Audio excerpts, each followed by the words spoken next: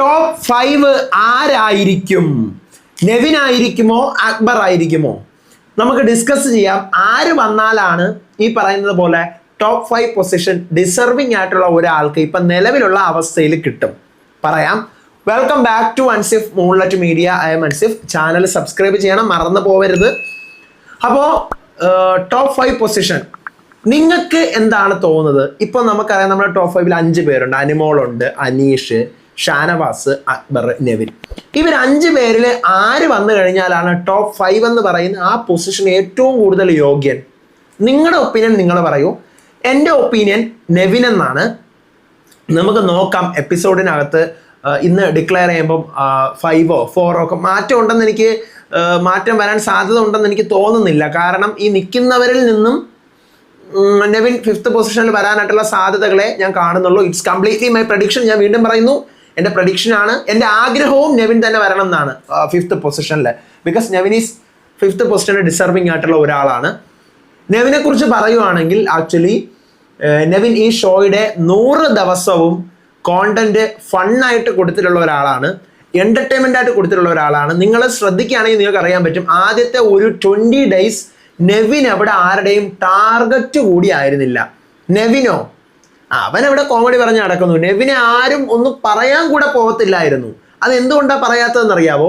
നെവിൻ അവിടെ ആരും ഒരു ടാർഗറ്റ് ആയിട്ട് കണ്ടിട്ടില്ല മക്കളെ. കാരണം ഇവനെ ഏതുവരെ പോകാനായ, ഇവനെ അടുത്ത ആഴ്ച അടിച്ച് വെളിയിലെറിയും എന്നുള്ള മെന്റാലിറ്റിയോട് കൂടി ആൾക്കാർ എന്താ പറയുക കണ്ട് രസിച്ചിരുന്ന ഒരാളാണ് നെവിൻ.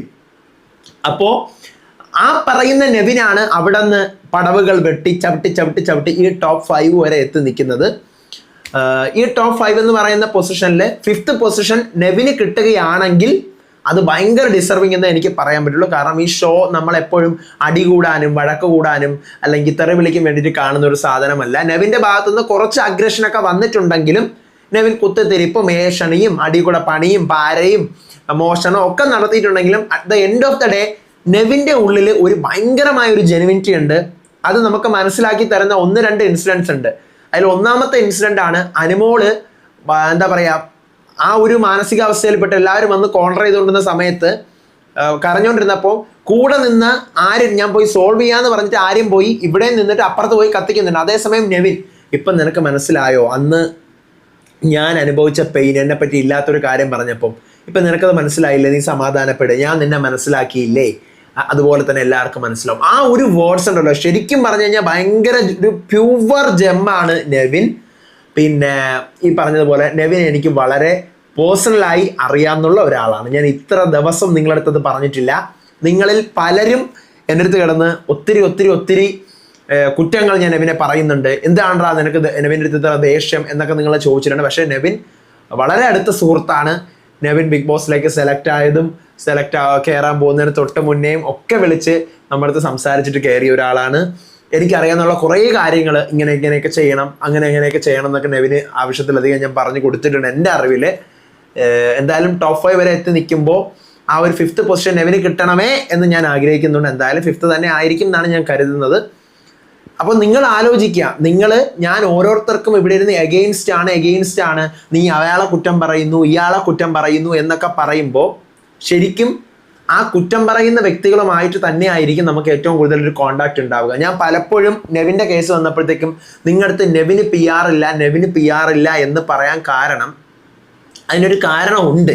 കാരണം നെവിൻ കയറുന്നതിന് മുന്നേയും നെവിൻ്റെ PR എന്താണ് അല്ലെങ്കിൽ നെവിൻ്റെ സംഭവങ്ങൾ എന്തൊക്കെയാണെന്നുള്ളത് വളരെ വ്യക്തമായിട്ട് നമുക്ക് കുറച്ച് നെവിൻ്റെ ക്ലോസിൽ നിൽക്കുന്ന ഒരു 10 പേർക്ക് അറിയാൻ പറ്റുമായിരുന്നു. നെവിൻ ആ കയറുന്ന സമയത്ത് എനിക്ക് തോന്നുന്നു കയറുന്നതിന് ഒരു ½ ആൻ അവർ മുന്നേയും അല്ലെങ്കിൽ ഒരു കുറേ നേരം മുന്നേ നമ്മൾ വിളിച്ച് സംസാരിച്ചിട്ടുണ്ടായിരുന്നു. അപ്പം അതൊന്നും ഞാൻ ഇന്നുവരെയും ഒരിടത്തും പറഞ്ഞിട്ടില്ല. ഞാൻ ഇന്നത് പറയുന്നത് ഗെയിം കഴിഞ്ഞു, എല്ലാം കഴിഞ്ഞു. സോ നെവിൻ എനിക്ക് അറിയാമെന്നുള്ളത് കൊണ്ടാണ് ഞാൻ പറയുന്നത്. നെവിൻ ഒരു PR-ഉം കൊടുക്കാതെയാണ് അവിടെ എത്തിയിട്ടുള്ളത്. അതുകൊണ്ടാണ് ഞാൻ ഈ ബാക്കി 4 പേരുടെ കാര്യവും ഞാൻ ഷുവറായിട്ട് പറഞ്ഞിട്ട് നെവിൻ 1 രൂപയ്ക്ക് പോലും PR കൊടുത്തിട്ടില്ല.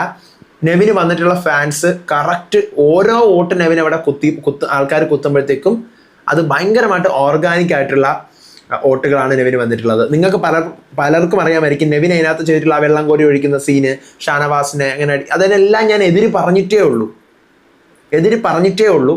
അപ്പോൾ ഈ പറയുന്ന പോലെ അങ്ങനെ ഒരു കാര്യം കൂടി, നെവിൻ അതിനകത്ത് ബെസ്റ്റ് ഫ്രണ്ട് എന്ന് പറയുന്നത് വേറെ ആരെയല്ല, കഴിഞ്ഞ സീസണിലെ അഭിഷേക് ജയദീപിനെയാണ് നെവിൻ ബെസ്റ്റ് ഫ്രണ്ട് എന്ന് പറയുന്നത്. അവരാണ് ബെസ്റ്റ് ഫ്രണ്ട്.